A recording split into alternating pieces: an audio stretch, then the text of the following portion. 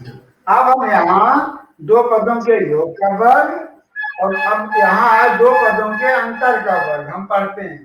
तो 6 का घात 2, 6 घात 2 मतलब 6 गुणे 6 कितना होगा? 36। क्या होगा ये? 36। अब यहाँ सरल कर लो। 1 का वर्ग 1 गुणे 1 बराबर 1, 1 गुणे 1 बराबर 1। ये हो गया 49, इसमें 36 जोड़ दो, 49 प्लस 36, 9 6 15, 4 3 7 1 8, 85 माइनस ये है 84। कितना है ये? 84। अब घटा दे यहाँ 1 और 85 माइनस 84 यहाँ भी 1। इस प्रकार ये हमारी सर्वसंख्याएं हैं जो किसी भी कथन के लिए, किसी भी समीकरण के लिए पूर्ण सत्य होती है, पूर्ण सत्य होती हैं और ये संख्याएं भी सर्व संख्या कहलाती हैं। सर्व संख्याओं को हम इस प्रकार देख सकते हैं कि जब उनका पदमान रखा जाएगा, जैसे कि यहाँ रखा गया, अगर वो समान आता है तो सर्वसंख्या है, और अगर नहीं आता है तो वह सर्वसंख्या नहीं है। अगर नहीं आता है इसे समान तो वो सर्वसंख्या नहीं है। वो स्टेटमेंट हो सकता है, गणितीय कथन हो सकता है, लेकिन और कुछ नहीं होता। तो ये हमने यहाँ सरल कर लिया। ये हमारी सर्व संख्याएं हमने पढ़ा। एक है योग की सर्व समीका, एक है अंतर की सर्व समीका, और एक है योग और अंतर का गुणा। दूसरा क्या है? योग और अंतर का गुणा। जैसे देखो, अभी हमने पढ़ा दो पदों के योग का वर्ग, दूसरा हमने पढ़ा दो पदों के अंतर का वर्ग के अंतर का वर्ग,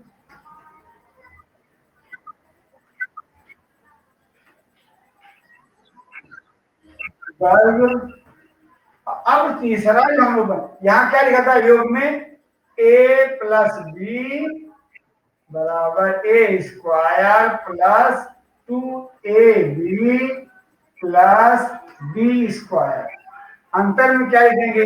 a माइनस बी का स्क्वायर बराबर A square minus 2ab plus B square.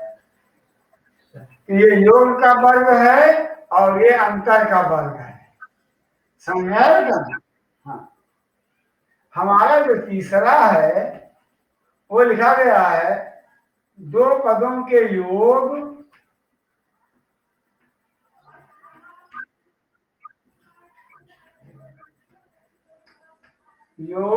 और अंतर,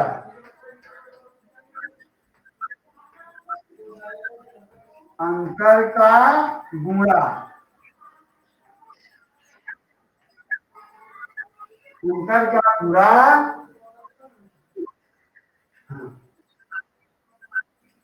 तो कह रहा है कि दो पदों के योग और अंतर का गुणा क्या होता है? क्या? दोनों पदों के वर्गों का योग, दोनों पदों के वर्गों का योग।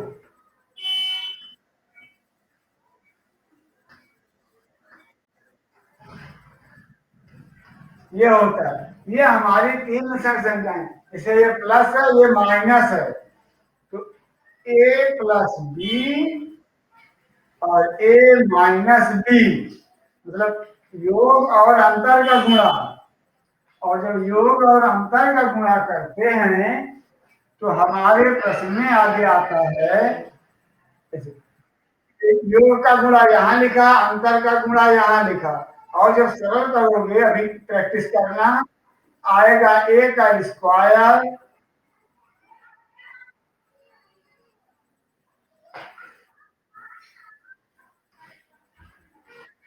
माइनस b का स्क्वायर, ये हमारा हल मिलता है।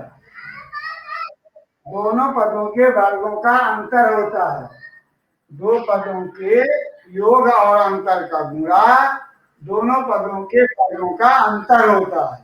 इस प्रकार हम यहाँ पर तीनों सर्वसंख्याएं पढ़ते हैं। तुम्हें इन तीनों सर्वसंख्याओं को एकदम याद कर लेना है। फ्रंट टिप पर इसको तुम लोगों को लर्न कर लेना है। तो पहले देखिए, वैसे तुम्हारे पास यहाँ सवाल तो दिया गया है, बुक है तो 9.5 खोलो प्रश्नावली, और फिर हम वहां पर अभ्यास करते हैं।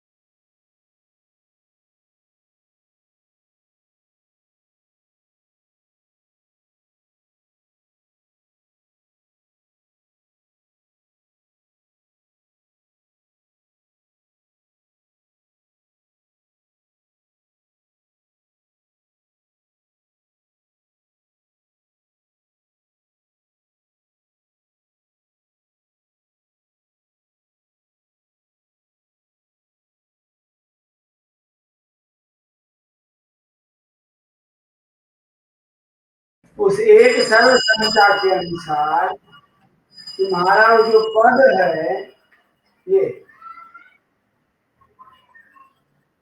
चौथी सरल संख्या दे रहा है।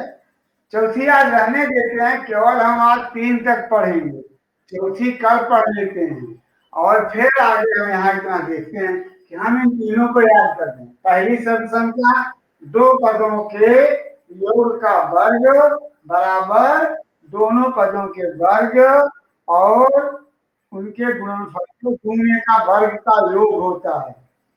तीसरा भी यहाँ, दूसरा हमारी सरल संख्या किसको लिखते हैं, हिंदी में पढ़ेंगे तो दो पदों के अंतर का पूर्ण वर्ग, यह दोनों पदों के वर्गों का योग और दोनों पदों के गुणनफल का अंतर होता है।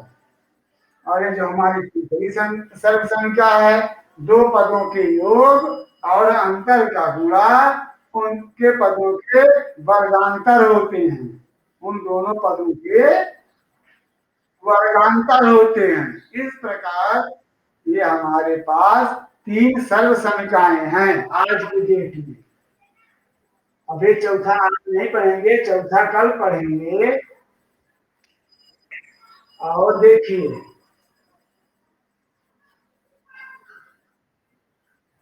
अभी यहाँ हम याद कर लेंगे अपने प्रश्न को।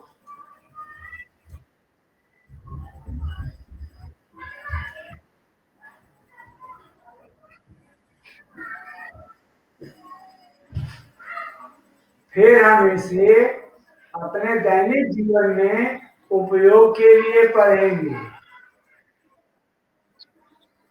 और इन सर्व संख्याओं को अभी जो तुम्हारी बुक में लिखा गया है, ये हमारी सर्व संख्या नंबर 1, ये नंबर 2 और ये नंबर 3, ये हमारी मानक सर्व संख्याएं हैं।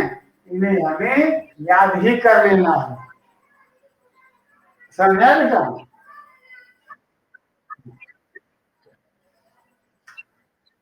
अब हम सबको इन प्रश्नों को हल करना है जो तुम्हारे 9.5 में है।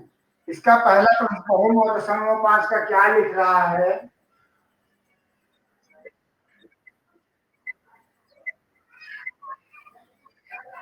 देखो 9.5 का पहला प्रश्न है, निम्नलिखित गुणनफलों में से प्रत्येक को प्राप्त करने के लिए उचित सर्वसंख्या का उपयोग कीजिए। देखो अभी हमने यहाँ तीनों लिख दिए हैं, कहा उचित सर्वसंख्या का प्रयोग कीजिए। जैसे ध्यान देना, a प्लस बी का वर्ग जो होता है वो a प्लस बी गुणे a प्लस बी होगा। a माइनस बी का वर्ग ये a माइनस बी गुणे a माइनस बी, और ये तो अलग ही लिखा गया है। तो इस प्रकार हमें यहाँ पर पहचानना, ये हमारी सर्वसंख्या नंबर फर्स्ट, ये हमारी सर्वसंख्या नंबर सेकेंड, और ये हमारी सर्वसंख्या नंबर थर्ड। इन तीनों को हमें याद कर लेना है। और अब चलो इसमें का पहला सवाल देखो क्या लिखा गया, x प्लस 3 क्या लिखा गया, और multiply x plus 3, x plus 3। अब यहाँ कह रहा पहले ये बताओ कि ये फर्स्ट पर है कि सेकंड पर है कि थर्ड पर है, तो क्या बताओगे किस सर्वसंख्या पर है ये? एक पर है, क्योंकि ये यहाँ दोनों धनात्मक हैं, इन दोनों में धन है, समझा बेटा? हाँ, अगर ऋण में है तो दूसरे पर है, ऋण है तो दूसरी सर्वसंख्या है, लेकिन एक धन है और एक ऋण है तो तीसरी सर्वसंख्या है। अगर दोनों में एक ऋण तो तीसरी सर्वसंख्या, दोनों ऋण तो दूसरी सर्वसंख्या, दोनों धन तो पहली सर्वसंख्या हमारी। और फिर हमारा क्वेश्चन नंबर 1 जो है बेटे, इसी पर सरल करना है।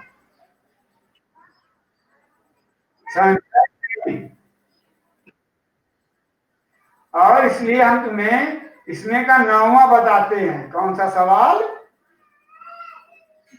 हाँ 9वां, क्योंकि ये भिन्नात्मक है, इसको निवेश कर देते तुम लोग याद करना। हाँ, और 9वें में लिखा गया है ब्रैकेट x प्लस 2,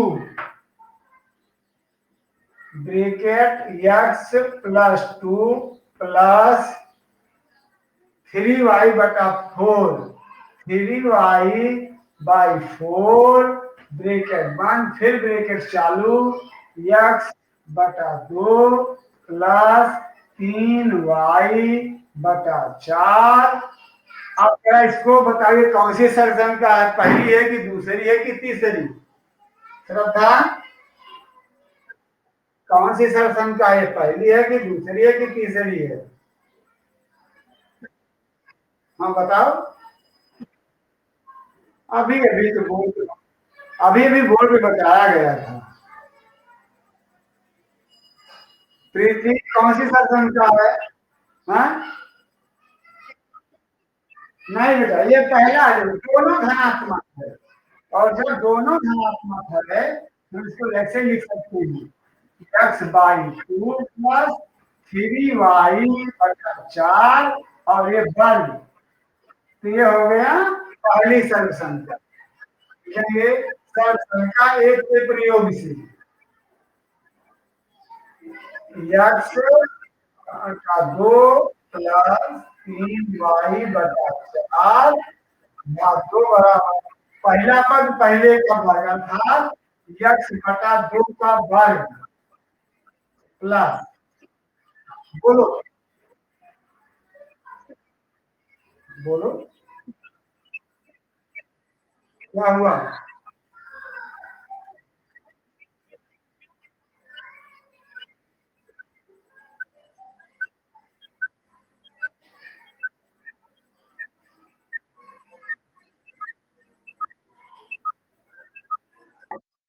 अब आगे देखो, दूसरा पद में हमने क्या लिखा था, दोनों पद के गुणन का गुणा, तो पहले x बाई 2 यहाँ लिखो, अगले पद में दूसरा पद 3y बटा 4 का लिखो, और तीसरा पद जो होता है दूसरे का पद होता है 3y बटा 4 का वर्ग। अब यहाँ सरल कर लो, यहाँ पर अंकीय मान नहीं है तो बीजीय मान में यही सरल होगा। यक्स बेशक हो जाएगा। यक्स का घात 2 मतलब एक्स घात 2 गुणे यक्स घात 2 और 2 की घात 2 का मतलब 2 गुणे 2 कितना होगा? 4 प्लस चाहो तो यहाँ 2 से 2 साल कर दो, ठीक है। यहाँ देख रहे हो ना बेटा। अब यहाँ बचा 3/4, आगे लिख दो यक्स और वहां से वाई यक्स वाई प्लस 3 का वर्ग कितना होगा? 3 घात 2 3 का 9 वाई घात 2 4 का वर्ग भी निकालना, 4 गुणे 4 16। हमारे इस संख्या का ये मान हमें मिल गया। हमें मान मिल गया और इस प्रकार यह हमारी सर्व संख्या है। यहाँ पर हमारे पास यक्स के या वाई के चाहे जितने अलग अलग मान हों, सबके लिए उनका हल एक जैसा होगा। सबके लिए इनका हल एक जैसा होगा। अब समझ आया? यही कारण है कि इन सब को सर्व समीका कहा जाता है। अंक चाहे बदलते रहो, लेकिन ये जो बराबर है दोनों तरफ हमेशा बराबर होगा। दोनों तरफ हमेशा बराबर होगा। लेकिन जब तक बराबर नहीं होगा हम उन्हें सर्व समीका स्वीकार नहीं करेंगे। हम उन्हें सर्व समीका स्वीकार नहीं करेंगे।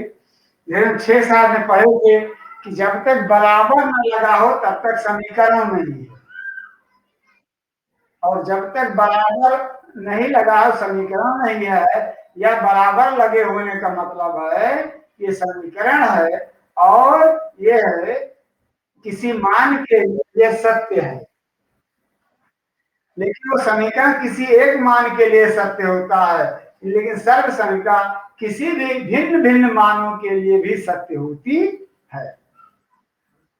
सर्व समीकरण किसी भी भिन्न मान के लिए, कोई जरूरी नहीं यक्स के लिए 2 लिखोगे तब सही होगा, वाई के लिए 5 लिखोगे तब सही होगा। चाहे पॉजिटिव लिखो चाहे निगेटिव लिखो, यक्स और वाई यानी ए और बी जो भी पहला पद दूसरा पद है उनके पदमान भले ही अलग अलग हों, लेकिन अंतिम निष्कर्ष जो होगा वो समान हो। और इसी समानता के गुणों के कारण हम उन्हें सर्व समीका भी कहते हैं। कितना समझ आया? बताओ। ये सर्व समीका का जो है इसे याद कर लेना।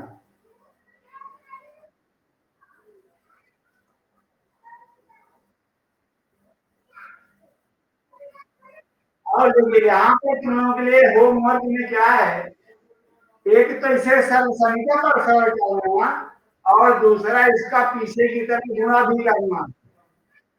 सर्व समीका पर जैसे ये हमें मिल गया, ठीक है, ये सर्व समीका लगाए हमें ये मिल गया, और जब हम इसको गुणा करेंगे तो हमें क्या मिलेगा? जैसे देखो कल हम पढ़ रहे थे यक्स बटा 2 ये सर्व समीका पर हल है प्लस 3y बटा 4 फिर गुणे यक्स बाई 2 प्लस 3y बटे 4। हम अपने इस पद से दोनों में गुणा करेंगे, यक्स गुणे यक्स तो हो गया यक्स घात 2, 2 गुणे 2 2 दूनी 4, 2 दूनी 4। अब हम इन यक्स और वाई का गुणा करेंगे। यक्स और वाई का गुणा, यहाँ 1 यहाँ 3, 3 एक कम 3 यक्स वाई बटा 4 दूनी 8, ये दूना होता है यहाँ 2 लिख दो, अब प्लस 3 का वर्ग 9 और वाई घात 2, 9 वाई घात 2 और 4 का वर्ग 4 चौक 16। सर संख्या प्रसाद कर दे, सॉरी एक्स वाई, ठीक है। ये अभी हमने गुणा कर दिया। अब हम अपने इस पद से गुणा करते हैं, 3 का गुणा एक्स वाई, और यहाँ लिखेंगे 3 एक्स वाई, और फिर यहाँ पर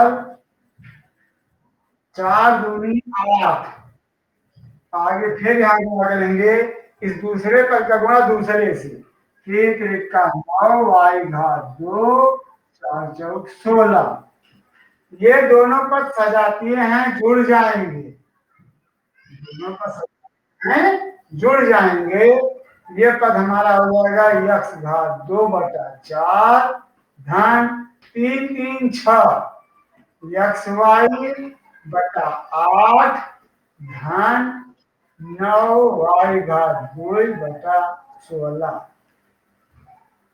और फिर हम यहाँ सरल कर लेते हैं, चाहे सरल कर लो, 2 दूनी 3 6 2 चौक 8। अब हमारा उत्तर क्या मिलेगा, एक्स घात 2 बटा 4 प्लस 3 एक्स वाई बटा 4 धन 9 वाई घात 2 बटा 16। ये हमारा हल होगा इसका। और देख लो, यहाँ पर भी हमारे लिए वही हल मिला है, ये हम सब संख्या पर हल किए तो यही मिला है, और इसको हमने सीधा गुणा किया है तो भी हमें यही मिला। तो अपने इस अभ्यास 9.5 में हमें इस प्रकार संगणनाएं करनी है।